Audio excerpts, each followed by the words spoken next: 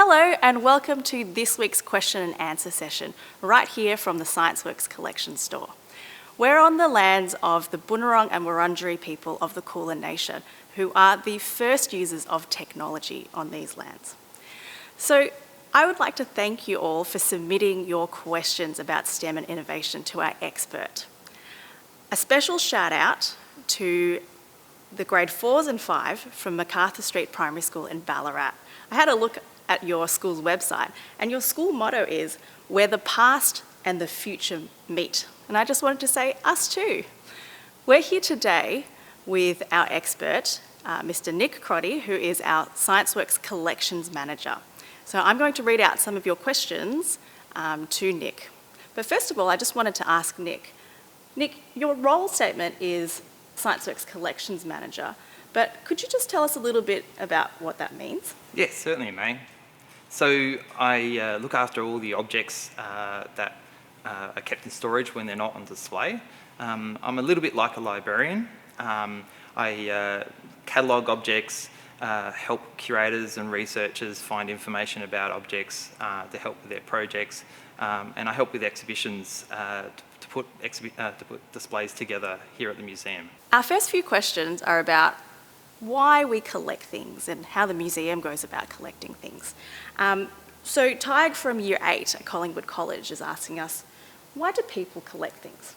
So that's a good question. Humans have been collecting items for thousands of years. And one of the reasons is that sort of people who wanted to show off their wealth or their power, or they wanted to catalogue life, learn things about the world, and discover new things.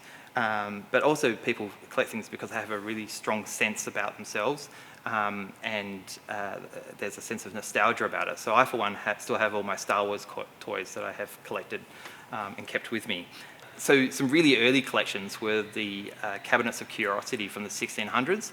So these were sort of cabinets with drawers and little cupboards and things where you could put objects and look at them and show them off to your friends. And from these became what we now know as big museums. Also from Collingwood College, Cy from Year 4 has asked, how do we decide what's important for the state of Victoria to collect? Yeah, so here at the museum we collect stories and we use objects to illustrate those stories. We collect objects from around Australia and particularly Victoria. But here, being a science and technology collection, we also collect world technologies. So for example, we have an Apple computer collection that is a world technology, but the actual items themselves come from Victorians. And a curator will propose an object into the collection, and then a group of experts will get together and make a decision about whether it becomes part of what we call the State Heritage Collection. But we don't just collect old material, we actually collect current items as well. So last year we collected material from the climate change rallies, and right now we're collecting material from the COVID-19 pandemic. So the next few questions, Nick, are about specific items in our collection. And we have a few of these questions. The first one is from Siri, who's in Year 5 at MacArthur Street School in Ballarat. And Siri is asking, do you have any cars to look at in our collections? So we have about 20 cars in the collection. Some of them you can see here. These range, from 100 to more, 100 years old to some more recent examples. But we also have like a futuristic prototype car in the Think Ahead exhibition, the ENV, and that's on loan to us from General Motors. Okay, where can people come and see them, Nick? So you can come and see some of our other cars as part of a collection store tour here at ScienceWorks. Logan from grade 4, also from MacArthur, wants to know, do we have Phar Lap's heart here at ScienceWorks? So we don't have his heart. We have his preserved hide at Melbourne Museum. His oversized heart's actually in Canberra and his skeleton's in New Zealand. But we here at the museum, we really heart Phar Lap. Jack in Year 5 from Eltham East wants to know, what is the strangest object we have here at ScienceWorks? Yeah, so the strangest object I've actually come across is a nursing doll that was used at Fairfield Hospital, and it has the most horrific face upon it. So bad that one of my colleagues actually had to wrap its face in tissue paper. And then when we next went to come and see it, the eye had been torn out, and that was really quite freaky. But I also have a chicken in the collection, and I actually don't know why it's here. The next question is from Nicholas in Year 5 from St Fidelis School in Coburg. And Nick is asking, what is the biggest thing we have in the collection? Cool name. So the biggest thing probably here at ScienceWorks is a steam roller, and that's in the garage out in the arena. The best thing about that is that it still works. But probably one of the bigger things that we actually have at ScienceWorks is the pumping station. It's not technically an object, but it's pretty big. We've got a question from a student at Heidelberg Primary School in Year 5. Zachary asks, what was the first animal in space? The first animal in space was probably some bacteria that was stuck to the side of the rocket ship when it was launched into space really early on. But the first intentional animal was some fruit flies in 1947. In 1957, a dog called Laker was launched into space. Soraya from grade 5, also from MacArthur in Ballarat, wants to know, when was the first computer invented?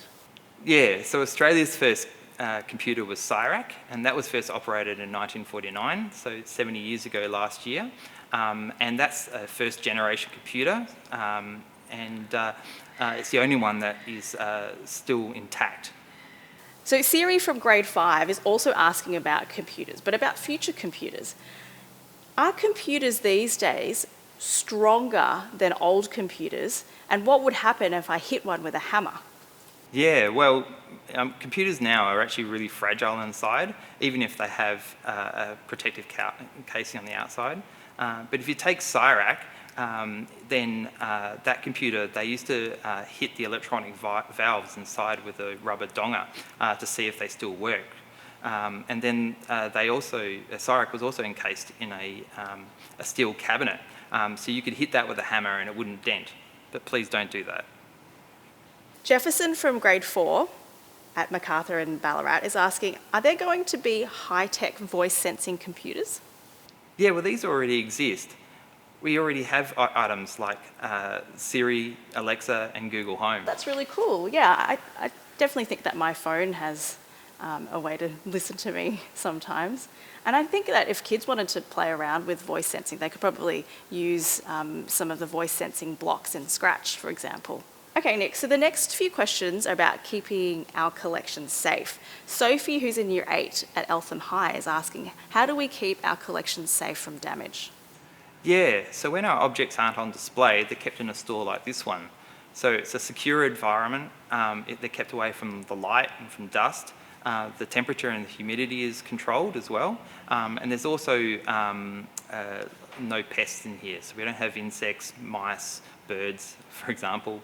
But also the really important thing is that we don't touch any of the items when they're in the museum. So we use things like nitrile gloves that you would find in a sandwich shop, because our hands actually have salts and oils on them, and even if they've just been washed, they still leave a mark on items, particularly if they're metal. Is that why we can't eat in museums? Yeah, we can't eat inside the museum either, because that will attract insects. Well, the next question, Nick, is a really great question. What do you think the collections will look like in 100 years' time? And that question comes to us from Anae in Year 9 at Penley and Essendon Grammar. Yeah, that is a good question. So museums are always collecting for future generations, and we already know that some of the material that we collect will last for 100 years. So things made out of metal, glass, wood or paper. But other things like paint will tend to fade and plastics will degrade over time. In fact, plastic's actually a really problem material for museums because particularly now, a lot of things are made out of plastic and it's really cheap kind of plastic. So you'll notice that when you see a piece of plastic out on, say, a beach or whatever, and it's been out in the sun, it becomes really brittle and it's just a really difficult material for us to keep. However, one of the other big things that's going to be a challenge for museums is collecting digital files. So We just need to make sure that we have a way that we're able to actually still view them or hear them in 100 years' time. So we need to make sure that the machines that they run on today still run at that time as well. And how do you collect a Snapchat? Yeah, that's really interesting, Nick, because even though things are stored digitally or stored in the cloud, they actually still need to be somewhere physically, don't they? That's exactly right, yeah. We still need to maintain servers and things in order to keep them. Nick, the next few questions are about our future. So we've got 3 people, Astrid, Vaughan and Zach, from MacArthur, Heidelberg and Daylesford primary schools. They're asking what the future might look like.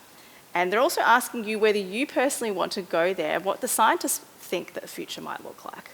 Yeah, and that's a good question for a futurist, so not really for me. But here at ScienceWorks and Think Ahead, we explore some of those things. So we look at themes along communication, transport, music, space, and see where things are likely to go in the future.